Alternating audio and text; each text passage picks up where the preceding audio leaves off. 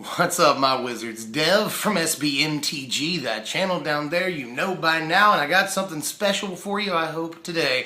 This is the top 20 cards in Standard. I talked about doing 15, but really there's so many good cards in Standard right now, we might as well do the top 20 cards in Standard. And just for time's sake, let's go ahead and move right into it here. Well, you can't do a list like this without doing an honorable mention. Why not? And I'm going to go ahead and say honorable mention for this environment right now is the lands, of course, right? Before, you got temples, you got your mana confluence, you got your Nykthos, you got your Haven. There's so many things that we use in this format right now. Pain lands, even game lands, tri lands. I mean, you can't, just lands screwing up our budgets nowadays, but you gotta have them. And right now we have some of the best lands that we've ever had in one single format. So lands might be expensive, but they're super awesome right now. Number 20, go ahead and start the list off here, is Perilous Vault. Perilous Vault's seen a lot more play lately. It's colorless mass removal in a 3-color format. It exiles things, getting rid of pesky, Death Mist Raptors, the occasional Phoenix even, Regenerators, Rakshas's Death Dealer, stuff like that. The Fleecemane Lion, there's plenty of things this gets rid of that other removal might not. And this is getting slotted in even more than Crux of Fate lately because we see a lot of dragons and we see a lot of non-dragons, which sort of drives down the potential of a card like Crux of Fate. So, Perilous Vault, definitely going to make the list here. Number 19 is Dragon Lord Atarka, the first Dragon Lord on the list, obviously. Yeah, Atarka, really good finisher nowadays. A linchpin in sort of the green-red devotion decks that we see. He's in Jund, he's in just sort of green-red everything now. And green-red dragons is a list that we see popping up more and more and more. And he's even in sort of the Naya Dragons thing. He pops up everywhere. Jund Reanimator, I don't know if I said that, but he pops up everywhere nowadays. We see Atarka a lot, and he's just a ridiculous bomb when he hits the battlefield, so definitely making the list. Number 18 is a card that messes with everything. Honestly, this is Mastery of the Unseen. Yeah, it's got its own deck. It's that powerful. And, Megamorph in these colors, green-white, is just so good. And Mastery makes it even better. Like I said, messes with aggro, control, mid-range, just gives people fits. And so it's going to make the list, definitely. People talked about this when it was spoiled, saying, it might be a thing. Oh, it's definitely a thing. And it's hitting Standard sort of hard right now. It's a mid-range wrecker.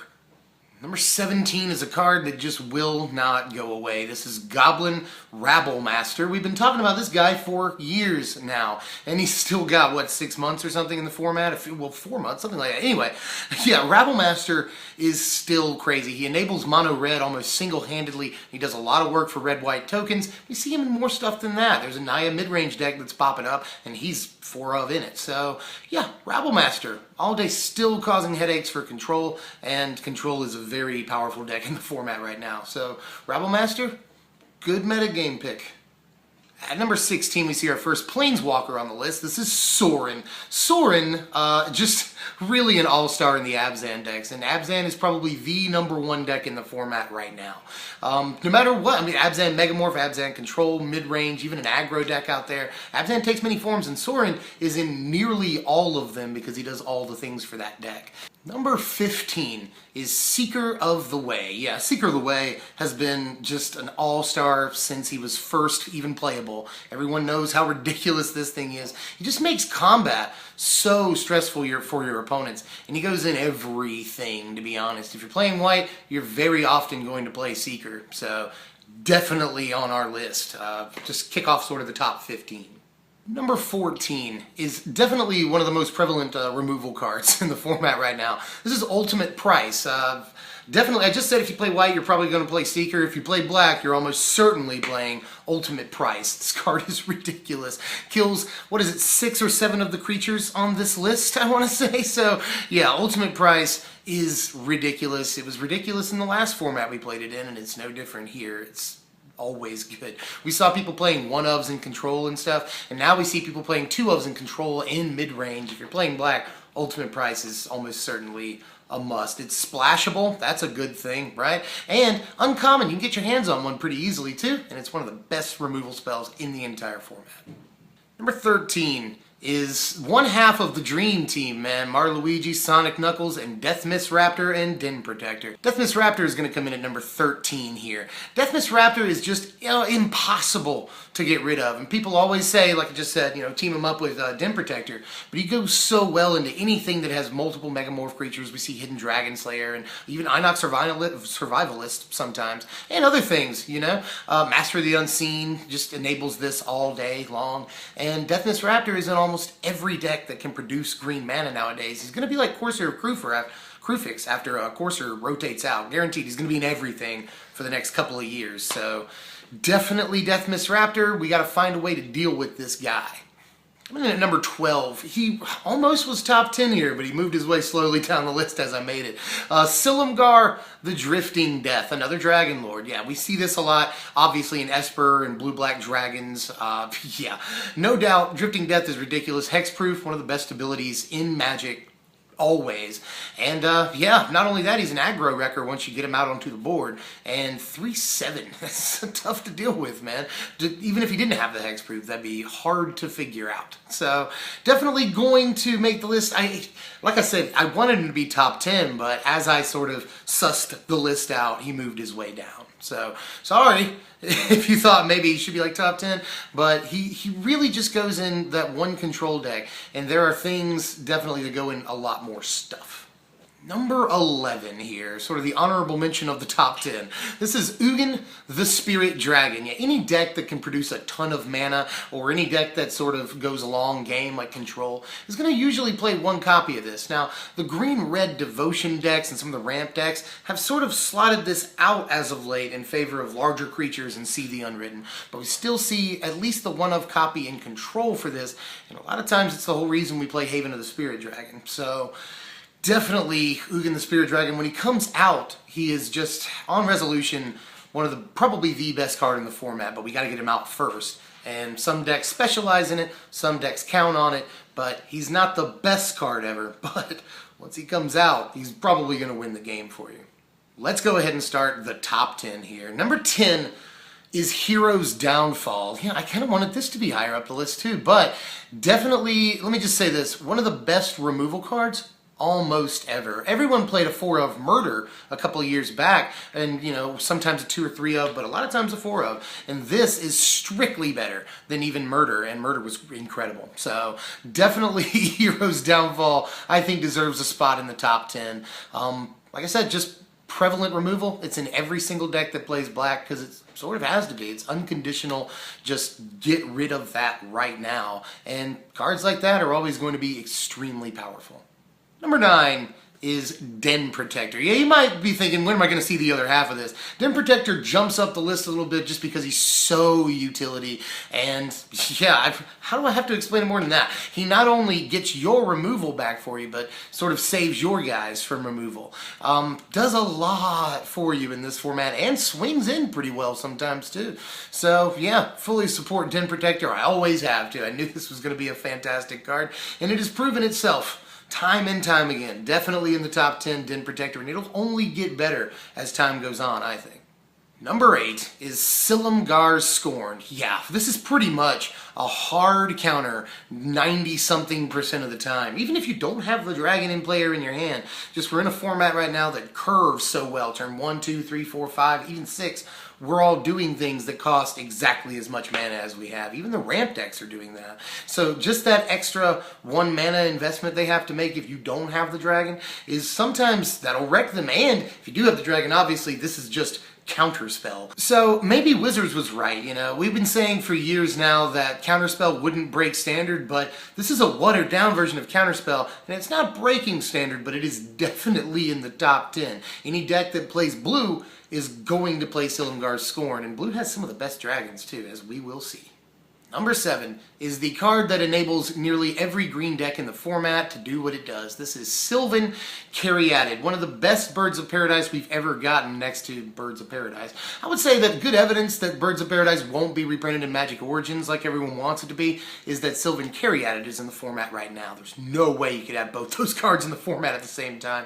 Sylvan Caryatid enables everything from green-red Devotion, Ramp, Abzan, everything in the format that plays green is going to to play Sylvan Caryatid. We're in a tri-color, sometimes even 5-color format right now, and Sylvan Caryatid lets us do all those things and blocks aggro and can't be removed except by mass removal. Caryatid, definitely one of the best in the format.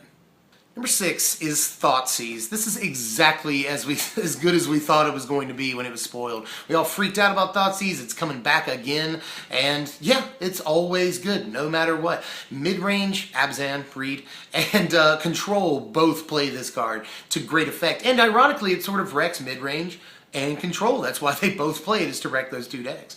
And yeah, it's not even bad against aggro. You can pick just anything out, and that 2 life investment against aggro is going to be worth, you know, possibly up to 8 or 10 life sometimes. So yeah, Thoughtseize, always a good card. Probably the best discard card ever printed, next to maybe Hymn to Turak, but we'll see. We'll see. I think Thoughtseize definitely enables Control even to be a thing next to some of the other cards we see, and we'll get to those too coming up. Number 5 is the ever-present scourge, Siege Rhino. Siege Rhino, we talk about it constantly on pretty much every Magic channel. Like, how do we get through Siege Rhino? It's what makes Abzan a thing. Honestly, Abzan probably wouldn't be a thing if it weren't for this card, because like white-black has to play green for Siege Rhino. That's 90% of it. They have to play green for Sylvan Caryatid, Siege Rhino, and something else that we'll see coming up here. And Siege Rhino is probably the most pure value creature in the entire format, next to maybe, it's in the top 3, we'll say.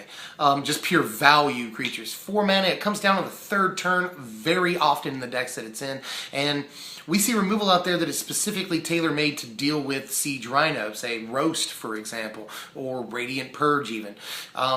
Glare of Heresy, a lot of people are including that. So yeah, Siege Rhino, definitely top of the pops right now, definitely in the top 5, because every deck has to have a way to deal with Siege Rhino.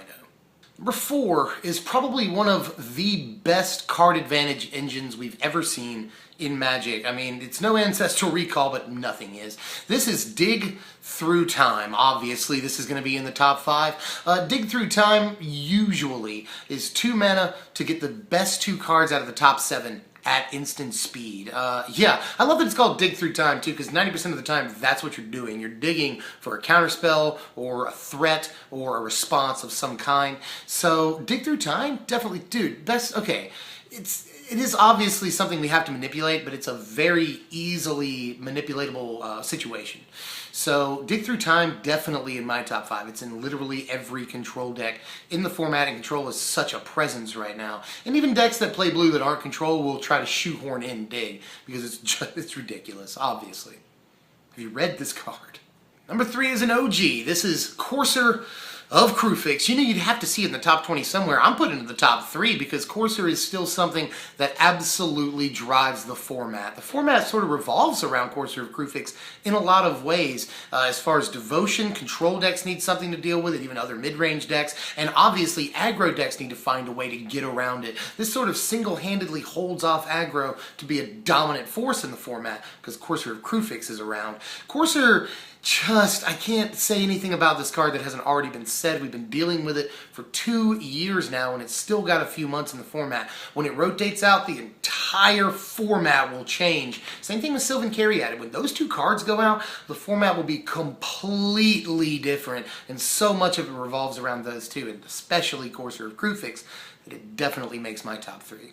Let's get controversial with our top, 1 and 2 here. Number 2 is Stormbreath Dragon. We see this in every deck that plays red, and red is one of the most played colors in the entire format. Obviously, mono red aggro doesn't play this card, but any other deck, mostly mid-range, and even some aggro decks do play this card. It gets around almost everything in the format that we care about other than like Hero's Downfall and Ultimate Price. By the way, Stormbreath Dragon is single-handedly why Ultimate Price is such an incredible card. And if this sticks against Control, it's not only 4 haste damage immediately, but when it monstresses, it deals lots of damage to them and lots of damage on swing too. So really hard card to deal with for a lot of decks, and it swings through a lot of the important cards in the format too for combat damage.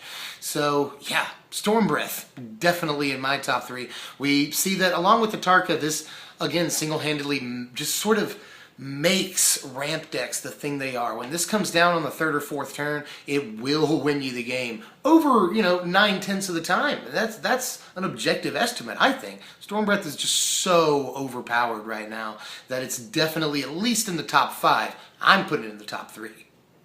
Before I go over number 1, I do want to apologize for some cards that didn't make the list, because I know that in the comments people are going to be like, why didn't X or Y make the list? Because we're not doing Pokemon games, lol. Anyway, these are cards that didn't make the list. Obviously, Crux of Fate didn't make the list. I felt like Perilous Vault was better than it, and it's getting slotted out more and more in favor of Vault right now. Elspeth didn't make the list, a Planeswalker that still sees some play, but nowhere near as dominant as she was, say, a year ago. Green creatures in general that didn't make the list. Your Pelucranos, Arbor Colossus, Hornet Queen, Elvish Mystic, Genesis Hydra. We see that if I had to pick one of those creatures to make the list, Elvish Mystic, definitely. If I did a top 25, it would definitely be like number 22 or something like that. But didn't include all of these cards because they mostly are sort of salt and pepper in decks that do other things. Dramoka and Atarka's Commands. The 2 commands didn't make the list. Atarka's Command, obviously good in the one thing, but it's got a whole deck named after it. And then Dramoka's Command, really good in heroic decks, and really good in heroic decks. That's all I can say. But again, if I did a top 25, they would probably make the list. Fleecemane Lion would almost certainly be my number 21 card if I were to make a list. Fleecemane Lion is just so ridiculously good, and there's a lot of cards that are specifically to deal with it too. We see a lot of sacrifice things like Foul Tongue Invocation, which could have possibly also made a list like this. Red cards in general, Stoke the Flames, Monastery Swift Spear, even Wild Slash and Lightning Strike. Both very heavily played, or all very heavily played cards right now, but sort of almost too common to make the list. I know that sounds crazy, but Lightning Strike doesn't go on a list with cards as powerful as these, I would say, even though it is a format staple. So those are pretty much, yeah, I think those are all. I'd say, well, there's one more I want to address. Possibly Thunderbreak Regent, whose play has gone down a little bit since he was first, made playable in this format, but is still a very powerful card. So yeah, those are all the cards that didn't make the list that people in the comments will probably still be like, what, but I really like this card, and definitely do that. I want to know how you feel about this list in the comments, because, we care about that kind of thing. I definitely want some debate started here, because I certainly see how some things could make the list and some things might not here. But this, again, sort of a subjective list, but I'm trying to be as objective as possible. That said, let's move on to number 1. Number 1, you probably guessed by now, is Dragon Lord Ojutai. I think that this creature, more than any other right now, helps to shape the format. Just even when he was first spoiled, people were like, oh my god, Ojutai is going to be crazy. This messes with combat sort of in the same way that Seeker of the Way does, but it's always going to deal 5 damage. When it goes through, it's going to net you card advantage, which is insane. It anticipates for you every time you hit, which is just it's unbelievable when you hit with this card that you deal, a quarter of their life total to them, and you get a card, the best card out of the top 3.